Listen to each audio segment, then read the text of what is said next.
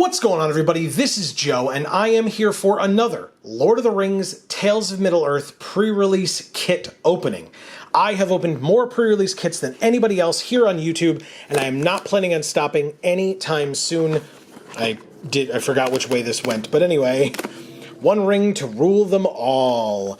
So this is going to be our first individual opening of a Lord of the Rings Universes Beyond, Tales of Middle-earth, blah, blah, blah, pre-release kit. We have not done one of these individually on the channel yet, although we have done others on the channel, and I encourage you to go check that out. It will be linked up at the top there for you, so you can go watch that. We opened 4 of these, in fact, at a pre-release itself, which was a ton of fun, and shout-outs to Champion in Poughkeepsie, New York. You can hear more about them in that video, but they were our sponsor for that video, and they are an amazing group of folks, so we encourage you to go check it out.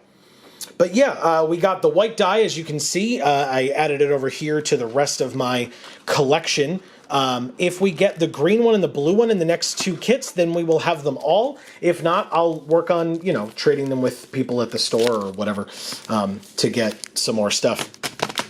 Or to get them all, I should say. We have the packs. We'll leave those on the side, of course. We have the insert that talks about building a pre-release deck, as well as this gorgeous artwork. And it says, "But I am the real Strider, fortunately. I am Aragorn, son of Arathorn, and if by life or death I can save you, I will." Obviously, that is Aragorn revealing himself as Strider, which the hobbits didn't know about at the time when they met him as Strider. But yeah, also coming with it is the ring, and then some information on the back, so what it does on the front, and then the ring tempts you, and kind of the little rules inputs for how the ring works. And then we have the insert that you can put in the box to separate your deck and your sideboard as well, which is gorgeous, obviously, one of the houses in the Shire. So, okay, let's open up our, obviously we have a code for MTG Arena. We'll be giving away not 1, but 3 codes in this video, and 3 codes in every other video that we do for this, which is going to be 2 more. I believe it will be next week and the week after, but I cannot promise, just in case we have other stuff come up. So definitely make sure that you are subscribed and have that bell rung so that you make sure that you don't miss out on those videos, especially if you are looking for a code for MTG Arena. It is 1 per account, just as a reminder. Again, that's not our rule, that's Wizards' rule, and we will keep those on the side so that we can give those away during the video. But we have first our promo foil rare, which is an Elven Chorus. Okay. I mean, you know what? Some of these like random rare enchantments are actually pretty good. I think this one's perfectly fine. Gives all your creatures mana abilities, and you can cast creature spells from the top of your library, and you get to know the top card of your library at any time. The other interesting thing is this is a green card, and green lets you scry a lot in this set, so that could also be helpful. You would know what your top card is, so when you scry, you kind of already know, like, oh, I want this land that's on the top to go to the bottom, and then once you've scryed, you may then be able to cast a creature off the top or something like that. So this works really well in green, especially green-blue then, if you're looking at scry payoffs and stuff like that. But this is a pretty good card. I would definitely consider playing it. Then we have the random card that comes in the pack that is like one of the panorama cards, but you can't use it in the kit itself, or I should say, in the event itself, which is very stupid that they've started doing that. It's just, you know, something that they've decided. By the way, the foiling pattern on this is sick as hell. If that was even a question, I probably should have showed it off a little bit better at first, but here you go. It looks really cool. But anyway, so our other card is a Frodo Baggins. I do not have all 6 of these yet. If and when I do, I will show them off. I will do my best to show off the panorama, but that's our second Frodo. We're missing like Gandalf and one other. I forget which, Birthday Escape maybe or something like that. I don't remember, but there's one more that I'm missing. So Like I said, when we get that, I will show it off. But otherwise, we have packs to open. Now, if you're unaware of how we do things around here, when I do these openings, I usually ask for all of you to give me your opinions as well. If you opened this kit at a pre-release, what kind of a deck would you make? So make sure you keep your eyes peeled and let me know what kind of a deck you'd make, because I'm definitely curious. And obviously, I'll be giving my opinions along the way as well. It's not all on you. This is not all about you doing work for me. We have a Gimli's Fury to start, Morgul Knife Wound, Soldier of the Grey Host. I like both of those cards. Bombadil's Song, I like that one as well. Smite the Deathless, good one. The Torment of Gollum, a Willowind, Inherited Envelope, very good for helping if we need splash, or if we want to splash, I should say. We have a Full Art Many Partings, very nice. Not one of the panorama cards, but still cool looking. We have a Great Hall of the Citadel. This one only cares about casting legendary spells, but still, I guess if we were splashing a legend, this would not be a terrible way of doing it. It wouldn't be amazing, but it wouldn't be terrible. We have our first uncommon in Mirror of Galadriel. I don't love this card as much. This is not the card that you want if you're in the Scry deck, I'll tell you what. We have a Tale of Tenuviel, which I like quite a bit. And, wow, a gorgeous alt art Meriadoc Brandybuck. These are very good looking. The like alt ring arts, very, very cool. And I mean, sure, it cares about food, like it's making a food deck, which is green-white as opposed to green-blue, but we already have that Elven Chorus, and we have some, that Tale of Tenuviel is a good white card. We've seen some good black as well, so something to keep an eye on, but I'm a fan of having Meriadoc here. It's a good card. And I believe that's our next would be our rare mythic. It is... wow. Another Elven Chorus. Now, notably, having two of these does nothing for you. They're not legendary, but two of them, like I said, does nothing. They both allow you to do the same things. Getting rid of one doesn't get rid of the other, but it still might behoove you to keep one in your hand, let's say, if you have both at the same time. Obviously, putting two in your deck just means that you have more of a chance of drawing it, just with probability and statistics being what they are.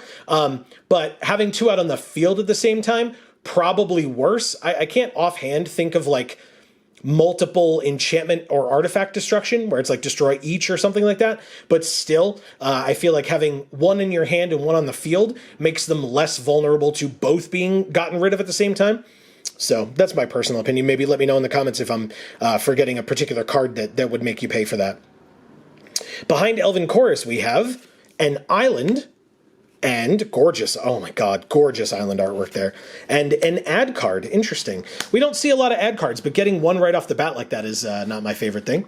Hey, guess what? Speaking of my favorite things, it's a code for MTG Arena. And I say it's my favorite thing because I love giving these away to all of you. I really hope that people are able to utilize these. I know that when we did Phyrexia All Will Be One and when we did March of the Machine, we were a little bit late on those, even though they would still work on Arena. This we're getting to a little bit more timely, but not very. And again, as a reminder, it's one per account on MTG Arena, so if you have already used a code from a Lord of the Rings Tales of Middle-earth pre-release kit, this one will not work for you.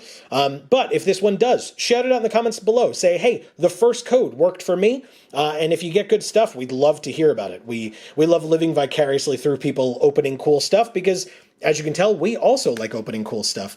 It's our small way of being able to say thank you to all of you for watching our stuff. Hopefully you are enjoying as well. And like I said, don't forget to sub and ring that bell. We really, really appreciate it. We have a Dreadful as the Storm, which has amazing artwork on it for sure. A Westfold Rider, not bad. A Mirror Guardian, also not bad. Rally at the Hornburg, okay. I'm not in love with that one, but it's a fine card. Shelob's Ambush, pretty cool.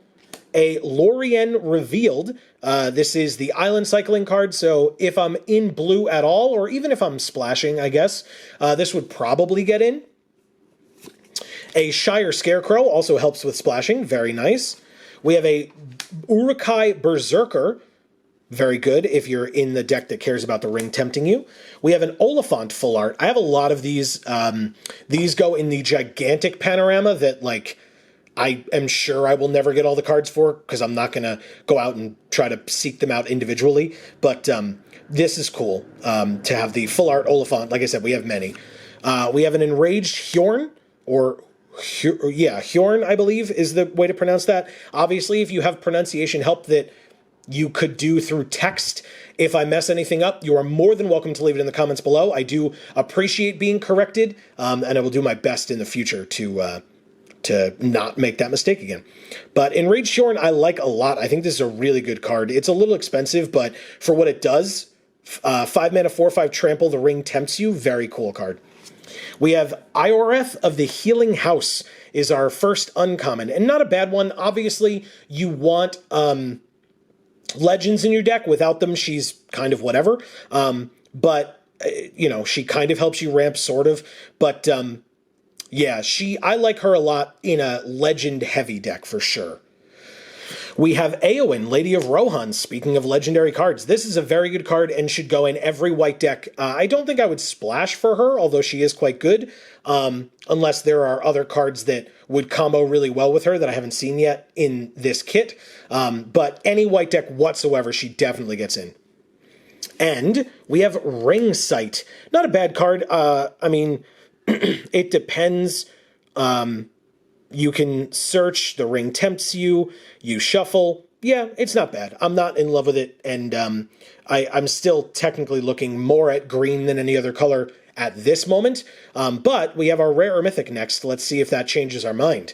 It is the Shire. Gorgeous. Wow. Very, very cool.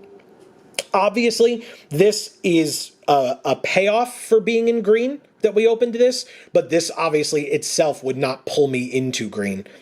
But at the end of your opponent's turn, tapping 2, tapping this, and tapping an untapped creature that we might still have to make a food, very, very nice. We know we have some cards in green, like Meriadoc, that also make food. If we can find some food payoffs, that would be even better. But to have a full art Shire, this is gorgeous. My God. Super happy to have that. Wow. Behind the Shire, we have a mountain. Again, gorgeous mountain as well. And a food token. There you go. This is the gross, like, Shelob food tokens. But it still works. It is legally considered a food token, so it works. Anyway, yeah, like I said, I would encourage you to let me know what you think, what kind of a deck you would play in the comments down below. To be fair, you can let me know anything you think in the comments down below, but obviously I'd love help knowing what kind of a deck you would make. That's the best, the most helpful thing, I think. We have an Arwen's Gift to start, not bad. A Claim the Precious, very nice, good removal. A Nimrodal Watcher, just call this the Nimrod. We have a Took Reaper, also good. Elven Farsight. This card's fine. I'm not in love with it, but in the green deck, I mean, it probably gets in. Cast into the Fire. Gorgeous art on this card, for sure. Another Morgul Knife Wound. I don't mind this card, by the way. I have had people be able to get around it, because if you're on the back foot, it's probably not the best, but they eventually get rid of their good creatures for this, you know, to get this off of it, so not bad. We have 2. I probably wouldn't play more than 2, but we do have 2. We have an Improvised Club. I have seen this work to very good effect against us, so there's that. We have a Nasty End. Very nice. I like drawing cards. We have a Woe's Pathfinder. Good for, you know, it taps to make mana. It's a 2-mana creature. And then way in the late game, because I have forgotten about this, that other ability is relevant in the late game. Like I said, especially if you're against an opponent like me who forgets that it even exists. We have a Bitter Downfall as our first uncommon. Very nice card. Wow. Yeah, very, very nice. We have a Council's Deliberation. Not bad. And a Fiery Inscription. I mean, gorgeous artwork. This just reminds me of I know that, like, these are supposed to be, these cards are more closely related to the book than they are to the movies, or the books to the movies.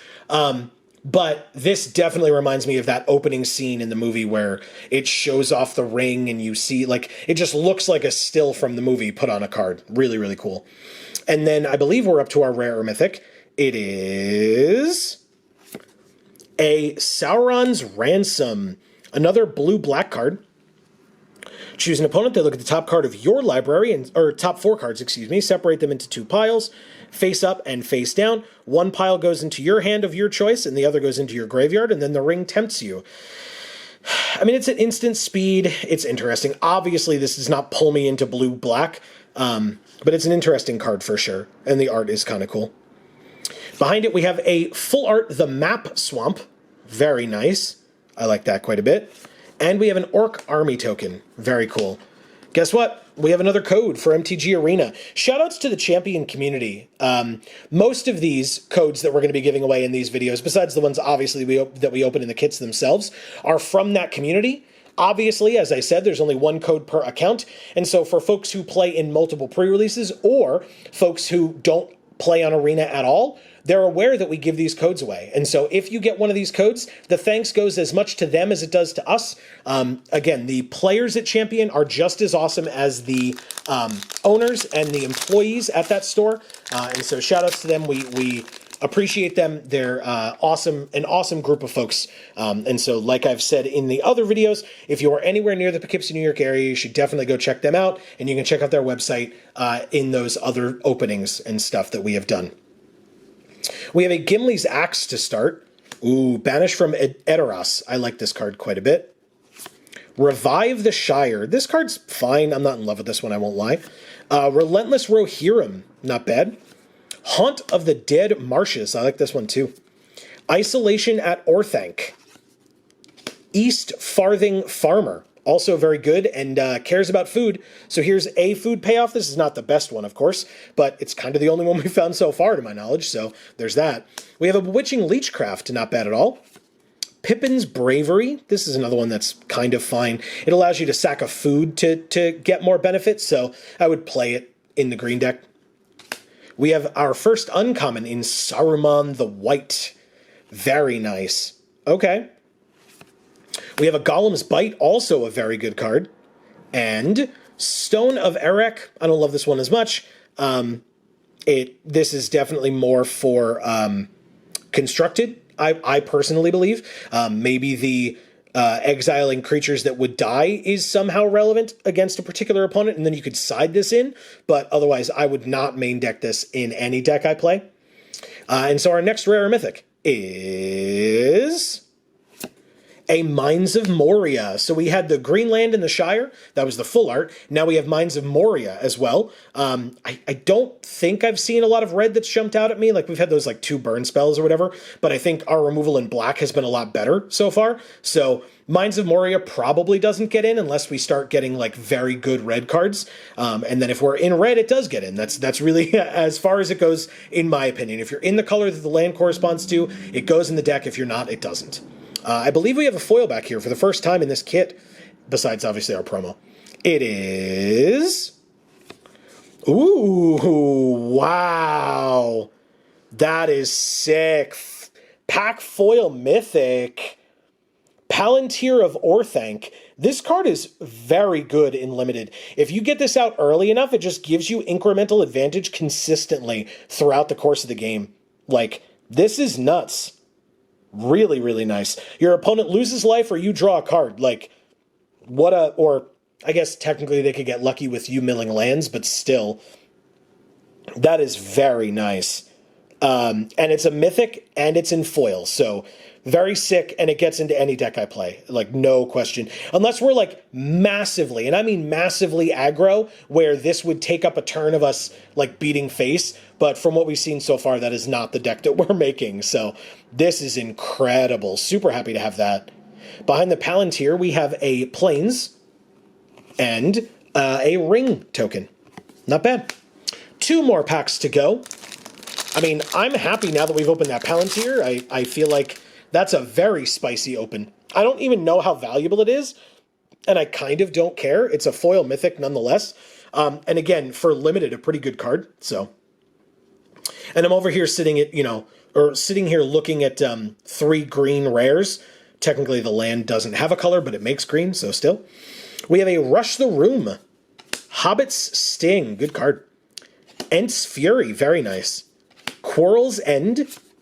Mordor Trebuchet, a Glorious Gale, not bad at all. Second Breakfast, Okay, more food. East Mark Cavalier. A Snarling Warg. Wizards Rockets, more splash assistance that we don't currently need. Our first uncommon in this pack is Shadow Summoning. Not bad. Stew the Conies, very nice for a green deck. I love it.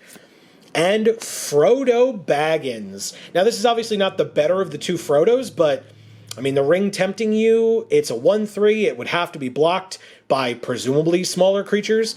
This is very cool. I like Frodo quite a bit, and I don't know if I would splash for Frodo, but if we're anywhere near white, because we're considering green, if we're anywhere near white as well, this definitely gets in. Behind Frodo, let's see if our rare or mythic helps us out at all. It is... Wow. What? This kit is so weird. We're just getting foil and non-foil versions of all these rares and mythics. What the hell?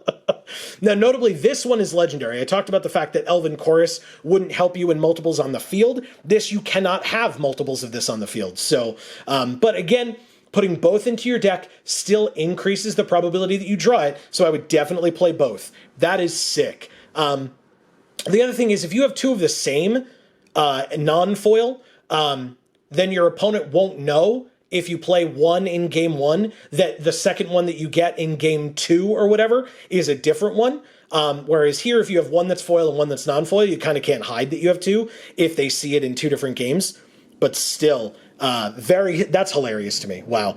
Behind the Palantir, we have a Full Art Island. Very nice.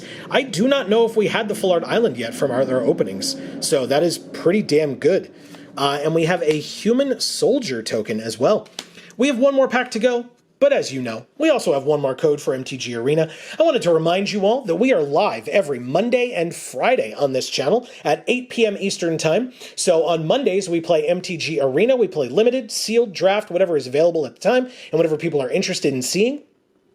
And on Fridays, we play whatever video game we happen to be playing at the time. I know that at time of recording, and that may be different, it may have changed by the time you're watching this, but we have been playing through on Fridays the God of War franchise. So I highly encourage you to come join us on Mondays and or Fridays to see what we are up to. We really appreciate it. And again, if you ring that bell once you've subscribed, you'll get notifications whenever any of our videos come out and whenever we go live Mondays and Fridays. So thank you very much.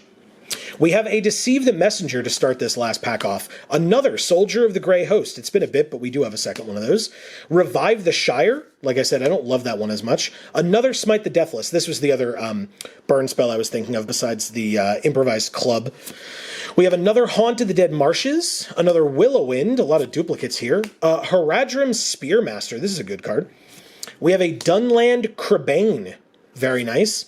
Shower of Arrows. I mean, you know what? There are enough kind of artifacts and enchantments. I don't think that this would be wrong to put in your main deck. I think if you're looking for a 23rd, then why not? But if you're not, then it might be a cut, and then you can board it in against a particular opponent that may have something that they've shown you that this would be a good target for. It's also scrying. If you have payoffs for scrying, this kit has not shown that to me yet.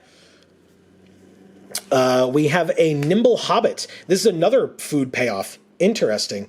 So yeah, I mean, we may, at this point, I kind of think we might just do green-white with food with this kit. Like I said, I don't feel super strongly about it, so if you have opinions, I want to know in the comments down below for sure. We have a Mahur Urukai Captain, which is our first uncommon. Not a bad card. We have Landreval, Horizon Witness. Yes, please. Okay, yeah, this definitely gets in and is a very good card. Very, very good. And Elrond, Lord of Rivendell. So this is, lets you scry. It doesn't pay you off for scrying, but it lets you scry whenever a creature enters, so that's pretty good. I don't think it would be wrong to say you might want to do green-blue, but I think green-white is a lot better in this kit. But like I said, definitely let me know your thoughts. And so behind Elrond, our rare or mythic is... Wow, Samwise Gamgee. Amazing. What a good last rare for what we want to be the green-white deck. Wow.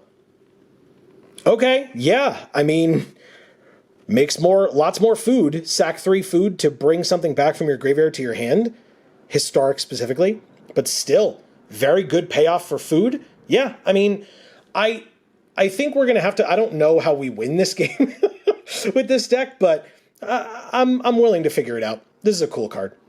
And I think that's the deck I would want to play, but if you disagree, that's what the comments are for. Behind Sam, we have a Plains and a Human Soldier token. I mean, for this kit, I gotta leave you looking at this pack foil mythic, right? This was sick. I like this a lot. I don't know how yeah, I think the foiling pattern is pretty cool, right? I think it's cool. I appreciate it. So yeah, hopefully you all enjoyed this particular video. Obviously, I would love to hear from you. I've mentioned it many times now in the comments of any thoughts that you had on this video. What kind of a kit would you make? What did you think of what I opened? Was this kit weird to you as well? Because it was very weird to me. Yeah, we will be back next week for more. So like I said, don't forget to sub and ring that bell so that you will get those notifications whenever those videos come out. But for now, from us here at the Geek for All family of channels, I have been Joe. And as we always say, in whichever video of ours you watch next, we will see you all next time. Thanks, everybody.